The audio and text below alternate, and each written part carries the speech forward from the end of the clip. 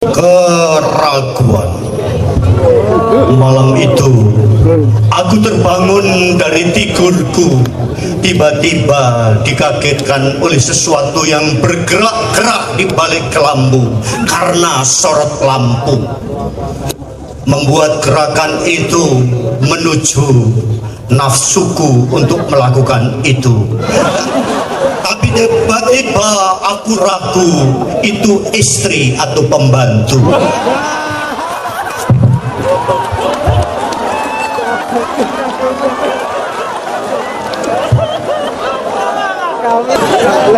Aku janji aku ingin gaya ngono-ngono itu asus saya dadi dek ya aku rasa. Ya apa ya seneng aku. Terus ragu-ragu terus ya apa tuh? Terus saya loh bapak kedua loh ya apa? Aku seneng aku ya Allah Indonesia ya Allah kaya raya Indonesia ya Allah. Apa yang membuatmu menciptakan makhluk seperti dia?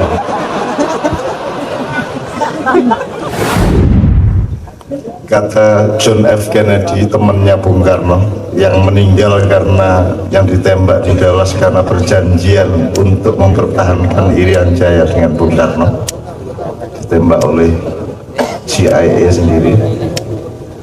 Dia mengatakan kalau politik kotor, puisi yang membersihkannya. Jadi kelemahan bangsa Indonesia 20 tahun terakhir ini Pak Rektor menurut saya tidak jangkep perhatiannya kepada manusia. Bahkan manusia tidak pernah menjadi tema utama di dalam pembangunan kita. Tema utamanya selalu benda-benda, paling pol sistemnya, ya toh? Demokrasi, pilkada, infrastruktur, jembatan, kereta, rel, kapal, semua benda-benda. Tidak pernah ada ingatan atau program untuk membangun manusianya. Jadi manusia tidak menjadi fokus dari pembangunan kita. Maka pemerintah Indonesia dan kita semua bangsa Indonesia tidak memiliki kecerdasan untuk tahu bahwa kita ini tidak jangkep pengetahuan tentang manusia. Gampangnya gini, kalau kamu ingin belajar mengenai tulang belulang daging raga manusia, belajarlah ilmu. Kalau kamu ingin melihat lalu lintas antara manusia dengan manusia, belajarlah ilmu sosial. Tapi kalau kamu ingin tahu hatinya manusia, belajarlah kepada puisi. Anda harus baca puisi, harus banyak-banyak baca puisi. Kalau Anda ingin mengetahui mengenai lalu lintas dan mekanisme urat saraf di dalam batok kepala kita bagian belakang, jadilah mahasiswa. Belajarlah berbagai macam ilmu secara universal, tidak hanya fakultatif.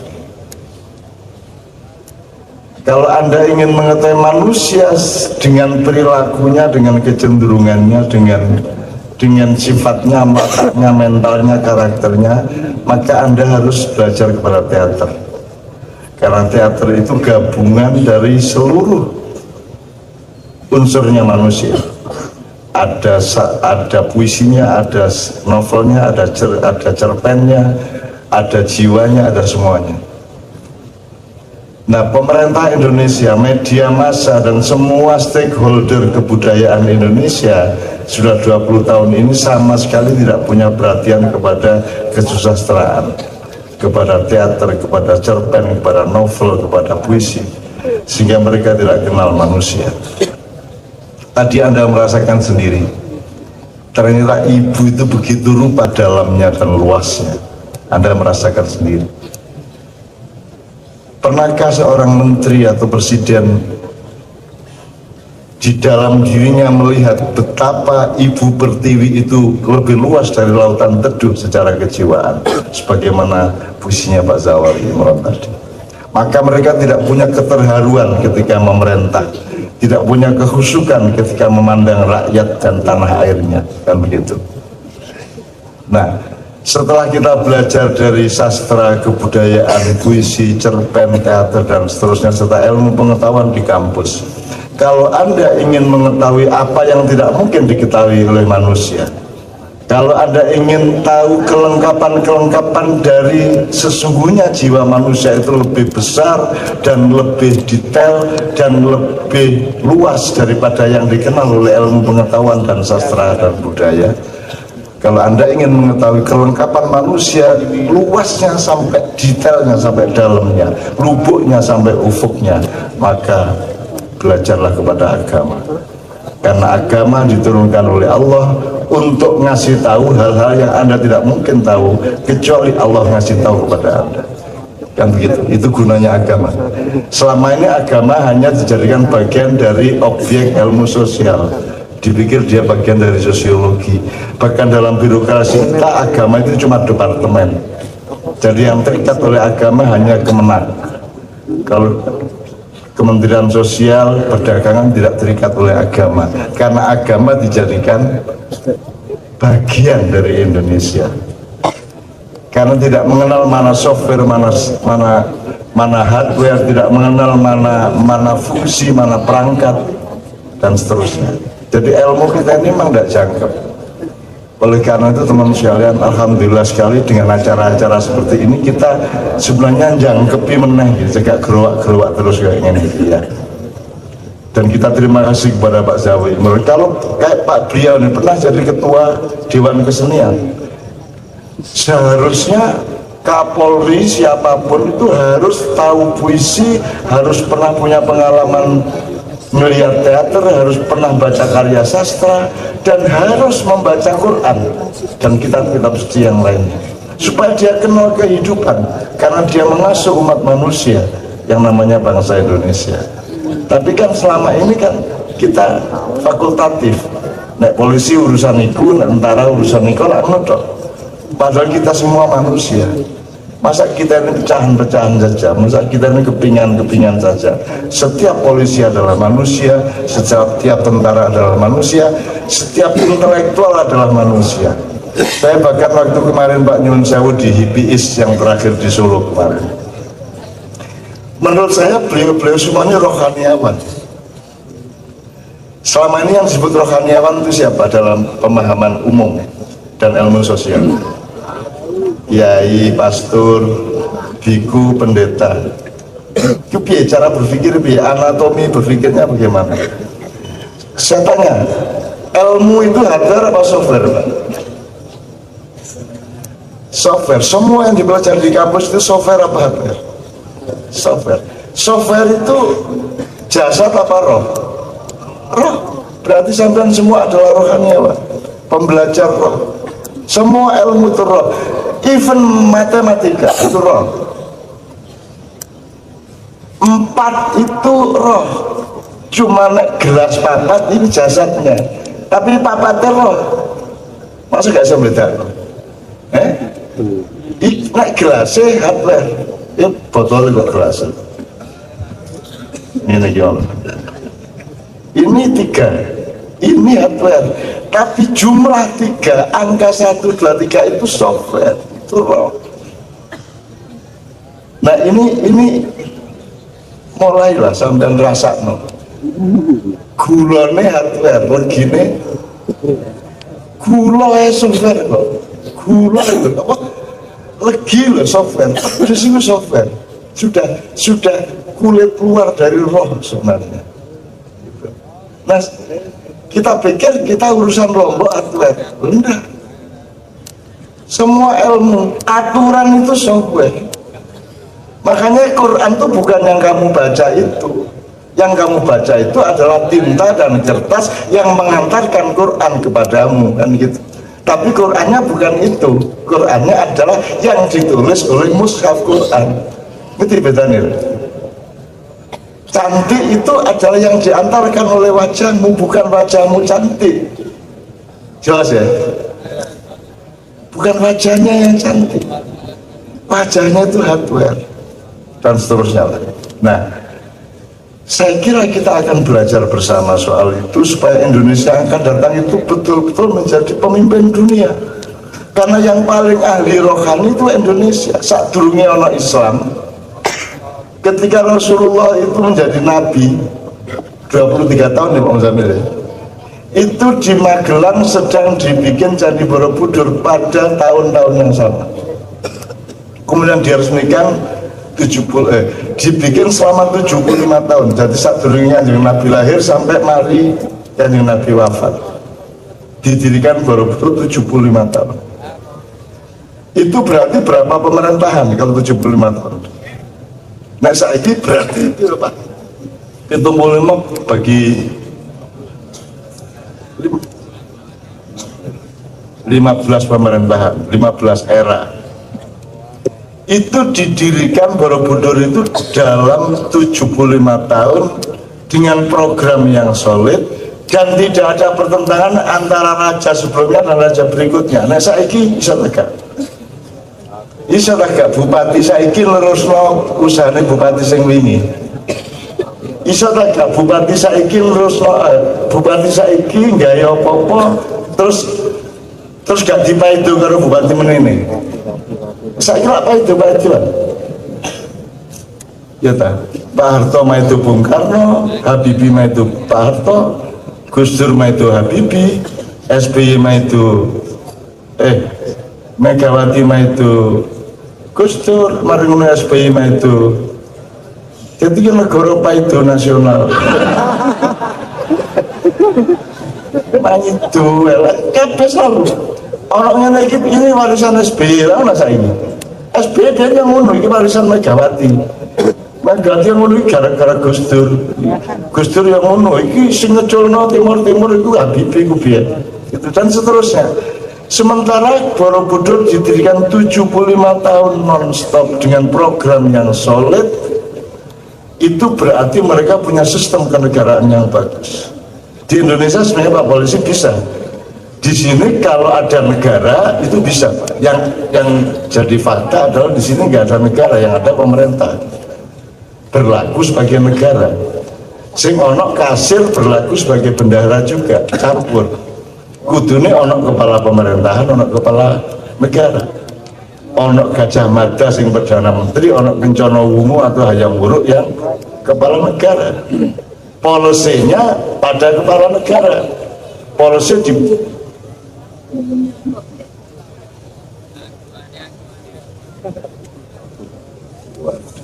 pembagian dua.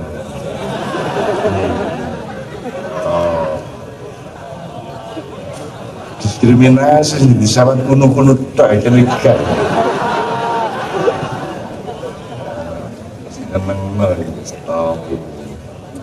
Alhamdulillah Rabbil Alamin. Tapi saya nggak akan perpanjang, yang penting nyun sahur Pak. Ke Indonesia ini janjinya ya aneh lah, agak bapak-bapak kita dulu mendirikan republik ini juga menurut saya gurung tanak segone gitu loh. Terus saya sudah dipangan cik rodok meletus titik ya kata gini lah. Nah ya wong London kerajaan, Denmark kerajaan, Spanyol kerajaan, Inggris kerajaan sampai saya sehingga kerajaan ini Amerika toh, Arab kerajaan begini kerajaan dilolokno, dipaido, di feodal-feodalno, dinyek-nyek sampai mati Keraton Solo sekarang. Keraton Solo itu hanya menjadi benda pariwisata saya. Saya tidak mengatakan raja itu pasti baik, tapi kita ini betul-betul durhaka, tidak menghormati dan menghargai apa yang pernah kita miliki. Nabi Sulaiman ya rojo, ojo, murah-murah konan rojo. Kan masalahnya rojo api layak nudok, tapi fenomena raja itu bahkan ada pada Nabi Daud, ketika Nabi Yusuf juga, bahkan ketika Nabi Sulaiman. Luar biasa. Nah kok gini moro-moro republik ini? Saya tidak menyalahkan republik, jangan republik ya gak apa-apa, itu juga bentuk dari khilafah. Kesultanan juga tidak apa-apa, yang penting produknya adalah keadilan sosial bagi seluruh rakyat Indonesia. Tapi kita ini produknya ya gak tadi-tadi, sistemnya ya gak didolek, ilang ngono gitu loh. Produknya sepoi, guru mateng bosok, kalau balik ngono ya. iki pencet kok wis diakupo lah ngono. Apa meneh sing dodol Madura. Mongko jare abang bareng rutu teko sepeda ada kuning, putih. Terus ditakoni balik si Pak Muzamil ya balik. Marah sih yang beli itu. Lupa cari abang, cari lagi. Pak sampean tidak bisa mikir. Wong manusia aja kalau jatuh dari sepeda pucet ya Pak. Apalagi semongko Pak. Kalah wong Madura. Kini kan nanti dihapusi wong Madura gini. Ya jari ini abang ternyata terak ngono. Ketoke didakane kaya roti dipangan dadak pahe. Gitu. Jadi kita ini membiarkan ada kekuatan-kekuatan di atas kita sing nyidak taek terus dikai merek roti. Ya toh, terus dipangan karo rakyate. Pertama, kok taek? Muring-muring, gak dipangan dibuat. Mergo gak ono panganan ya wis gak apa-apa wis di ya masih taek gitu kan. Itu kedua Pak. Tahap ketiga areke ngertine ya iku mang wis karo bedane iki roti tak taek dipangan ngono ya. Generasi keempat iki roti padahal taek iki roti dan nek diomongin iki taek mureng-mureng deh. Itulah generasi kita sekarang ya, pertama cek lu kok taek pertama terus anaknya gak apa-apa wis masih taek dirotek-rotekno ya ono meneh ya wong Jawa lah pinter adaptasi to ya wis cukup-cukupno lah ngono gak apa-apa wis dianggap roti ngono rek itu terus putune wis gak duwe tema roti taek wis gak duwe gitu sing cicite sing keempat di mergo medsos banyak hoax ya toh ini roti, bener kan? Wah roti, deling lah karo tonggo, taek, besok. Itulah kita sekarang. Kita ini makan tai tiap hari, ya toh. Dan kita anggap roti, cangkem itu bisa menyesuaikan deh. Kalau nggak percaya, mulai nemu tawadi. Terus sugesti enak. Suwe-suwe keluar rasa persesuaian antara wedi karo ilatmu. Kok bulan ketiga kok nek gak nemu wedi gak enak rasanya. Temenan itu. Kita tuh punya kemampuan penyesuaian diri yang luar biasa. Benar. Nah, jangan sampai menjadi generasi sing mangan taek ya tapi menganggap itu roti. Itu yang disebut apa Pak Muzamil, sifat Rasulullah tadi. Kalau Anda tidak cerdas, tidak fatona, Anda tidak tahu itu. Makanya kesatria itu di bidang keilmuan dan pengetahuan adalah fatona ya, kecerdasan untuk tahu. Saiki hoax barang itu sing nentokno hoax tak dudu sapa? Bagaimana kamu tahu itu hoax atau bukan? Piye caranya nentokno? Akhirnya yang menang kan polisi. Kalau polisi bilang ini hoax, semua harus bilang hoax. Kan begitu. Akhirnya menentukan kekuasaan. Oh, padahal dia sendiri hoax di luar rupanya.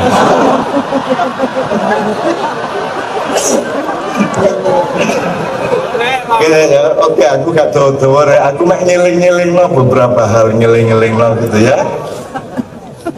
Sampai ke agama Pak. Jadi kalau Pak Muzamil mengatakan gini loh, syariah kok fakultas. Terus ono pelajaran agama Islam. Pelajaran kok agama Islam. Jadi nek pelajaran liane itu Islam ngono. Ku jadi ya apa sih hari-hari?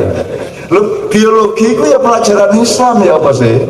Matematika ya pelajaran Islam. Jadi kita ini anatomi berpikirnya betul-betul harus kita reformasi.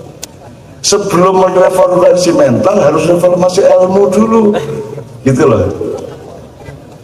Nah, tapi yang menyetuskan reformasi mental bukan Jokowi, itu Romo Budi. Mari ngono dhek lunga nggo nang ndi? Tahu ber apa maksud sampean? Revolusi.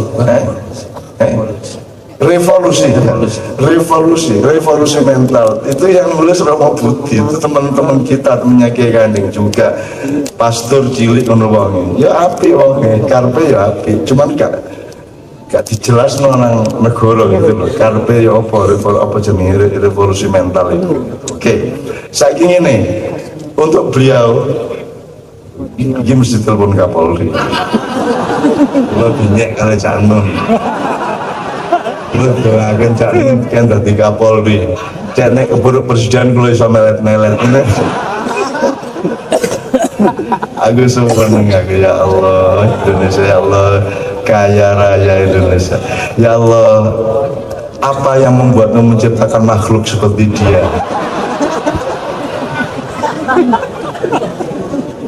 Jadi nek Bimbo lah ngomong ketika Tuhan tersenyum terciptalah Pasundan kan gitu kan. Lagunya apa ya kalian? Ana sing apa lagi kan? Ketika Tuhan tersenyum terciptalah Pasundan. Ketika Gusti Allah kemekelen terciptalah Madura. Ketika Gusti Allah itu rodok ngene terciptalah wong iki ya.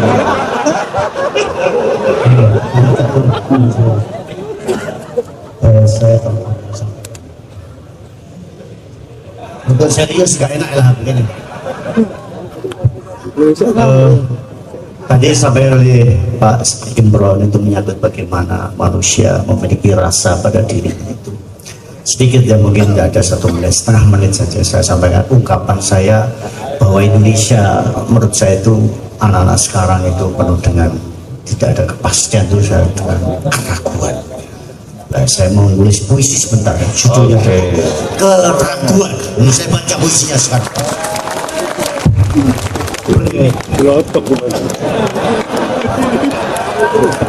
Sampai naik langsung berdiri, Pak. Keraguan. Malam itu aku terbangun dari tidurku, tiba-tiba dikagetkan oleh sesuatu yang bergerak-gerak di balik kelambu karena sorot lampu. Membuat gerakan itu menuju nafsuku untuk melakukan itu. Tapi tiba-tiba aku ragu itu istri atau pembantu.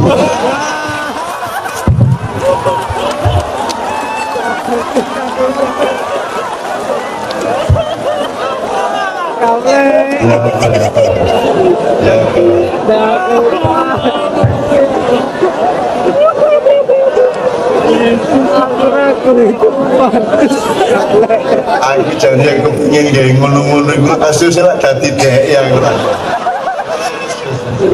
ya apa ya seneng aku. Terus ragu-ragu terus ya apa tuh? Terus saya loh babak kedua loh ya apa? Ini enggak, sebentar. Saya sependapat, ini mungkin nanti bisa diuraikan oleh Cak Nun bahwa antara manusia itu ada pepatah mengatakan bahwa kerasnya batu akan luluh oleh tetesan air hujan. Nah, berarti kerasnya hati akan luluh oleh belayan kasih sayang. Ini kalau menurut saya yang harus kita bangkitkan bagaimana menanam rasa kita sebagai manusia. Kalau Allah mengatakan al-insanu syiri wa ana siluhu, jadi manusia adalah rasa dan aku ada pada rasa itu. Kita bermain rasa. Ini pengalaman saya.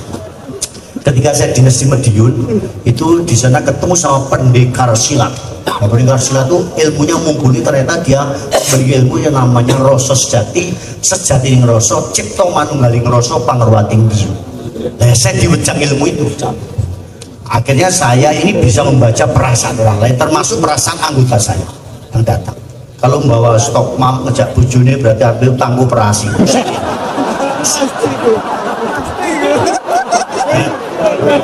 Terus lagi yang menarik itu Cak Nun, saya diberi ilmu itu tadi bisa menembus pandang di balik tembok. Bagaimana saya akan mempraktekkan? Nah, ketika itu saya ngambil apel, saya bilang setelah ini Polwan tinggal di tempat.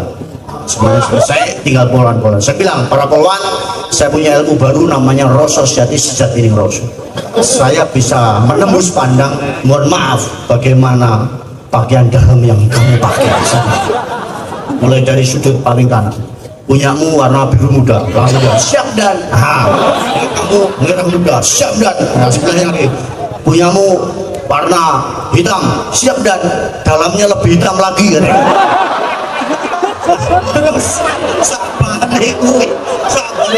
Sabar aku ngalih, dia bisik-bisik sakjane mau yura cocok dan aku kok siap nggak ditimbang dicek.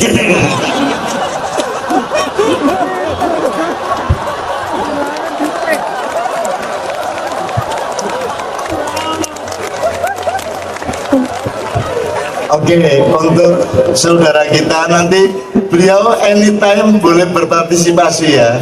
Untuk teman-teman maknya sudah pernah mendengar ini, tapi kita untuk UPN, untuk Pak Rektor, untuk semua komunitas di UPN Surabaya ini kita persembahkan menyambut beliau dan semua kegembiraan pada malam hari ini. Doni, Pak Nevi, Cici dan semua akan berpartisipasi. Yuk.